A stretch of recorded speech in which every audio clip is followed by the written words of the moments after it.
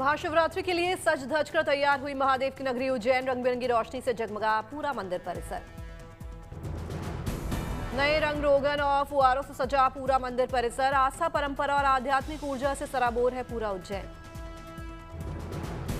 महाकालेश्वर मंदिर शिव नवरात्र उत्सव का आज नवा दिन। उज्जैन के राजा का शिव तांडव स्वरूप में भक्तों को दर्शन।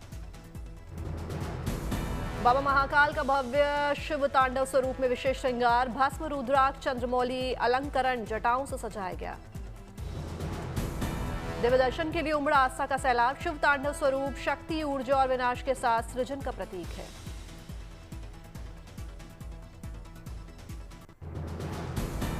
संगम नगरी में जारी माघ मेले के इतिहास में बना कीर्तिमान। अब तक 22 करोड़ से ज्यादा श्रद्धालु लगा चुके हैं आस्था की डुबकी।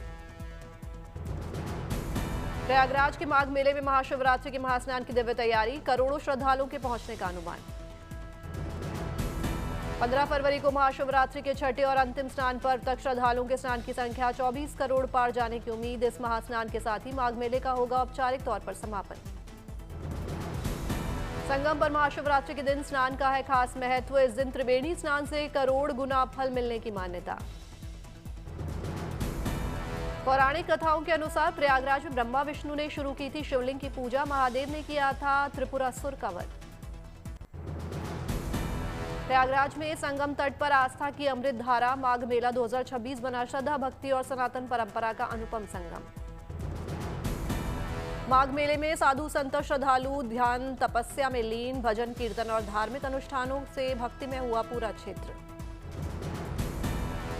स्नान के बाद श्रद्धालु ले जा रहे हैं शुद्ध गंगा जल। पवित्र जल को डब्बों और कलशों में भरते आए नजर। गंगा जल को माना जाता है अमृत तुल्य। पूजा, शुद्धिकरण और धार्मिक अनुष्ठानों में गंगा जल का विशेष महत्व। घर में रखने से मिलता है पुण्य फल और सकारात्मक ऊर्जा। संगम स्नान के बाद भी दान पुण्य का सिलसिला जारी। संगम घाट पर माघ मेले का दिखा अद्भुत और अलौकिक नजारा। शिरडी में निकाली गई 14 किलोमीटर लंबी परिक्रमा यात्रा। शामिल हुए साईं की भक्ति में डूबे हजारों श्रद्धालु। इस पवित्र परिक्रमा यात्रा में उत्सव और परंपरा का दिखा अनोखा संगम। पालकियों, ढोल नगाड़ों और भजनों के साथ श्रद्धा और सबूरी का संदेश देते शामिल हुए भक्त। हर साल शिरडी में खंडोबा मंदिर से शुरू होती है परिक्रमा यात्रा। देश दुनिया से आए श्रद्धालु लेते हैं हिस्सा। दिल्ली खेल महाकुंभ 2026 का आगाज। सीएम रेखा गुप्ता, आशीष सूद ने किया उद्घाटन। पूर्व क्रिकेटर शिखर धवन भी रहे मौजूद। खेलों में एथलेटिक्स, फुटबॉल, कुश्ती, बास्केटबॉल, वॉलीबॉल, कबड्डी और स्क्वैश जैसे 7 खेलों की प्रतियोगिताएं होंगी आयोजित। 20,000 से अधिक खिलाड़ी लेंगे भाग। महाशिवरात्रि पर छतरपुर के बागेश्वर धाम में कन्या विवाह महोत्सव का शुभारंभ। हल्दी मंडप में सीएम और संतों की मौजूदगी में 300 निर्धन कन्याओं का हुआ विवाह। मुख्यमंत्री समेत सभी अतिथियों को हल्दी लगाकर कार्यक्रम का शुभारंभ किया गया। सीएम ने अगले साल से हर जोड़े को 50-50 हजार रुपए की राशि भेंट स्वरूप में देने की घोषणा की। सामूहिक विवाह समारोह से सामाजिक समरसता और सेवा का संदेश। बोले सीएम, अगली बार 300 नहीं 3000 गरीब बेटियों का विवाह करेंगे आयोजित। दक्षिण भारत की 2 महीने की यात्रा से धर्मशाला लौटे तिब्बती धर्मगुरु दलाई लामा। कांगड़ा एयरपोर्ट पर अनुयायियों ने किया जोरदार स्वागत। कलाकारों ने सांस्कृतिक और भव्य नृत्य प्रस्तुति दी। एयरपोर्ट परिसर महामहिम अमर रहे और प्रार्थना मंत्रों से गूंज उठा। श्रद्धालुओं ने पारंपरिक पोशाक पहनकर जश्न मनाया।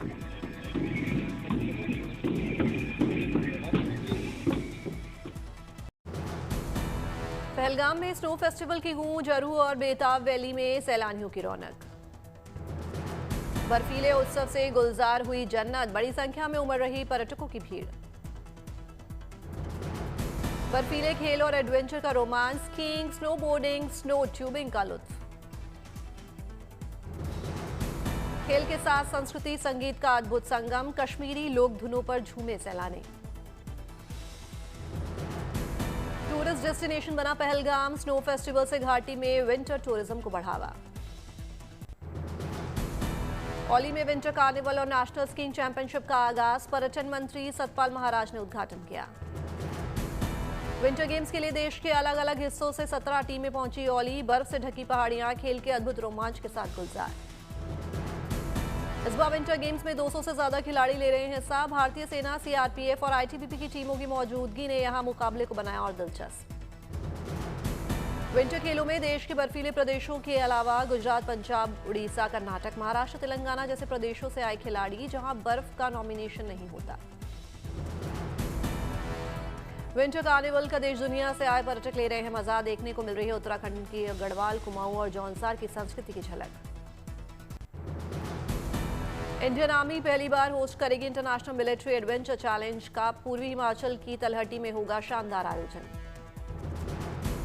18 से 23 फरवरी 2026 तक चलेगा इंडियन आर्मी का ये कार्यक्रम। भारत और विदेशी देशों की मिलिट्री टीमों को एक साथ लाएगा ये challenge cup. International military adventure challenge cup में Indian army, Indian air force, Indian coast guard और आईटीबीपी की टीमों के साथ 7 मित्र देशों की टीमें लेंगी हिस्सा। इनमें Bhutan, Brazil, Kazakhstan, Kyrgyzstan, Nepal, Sri Lanka और सऊदी अरब की टीमें शामिल। इस इवेंट को एक सैनिक की जरूरी क्वालिटीज को टेस्ट करने के लिए किया गया है डिजाइन, जिसमें physical, mental fitness, team work, leadership और प्रेशर में फैसले लेना शामिल।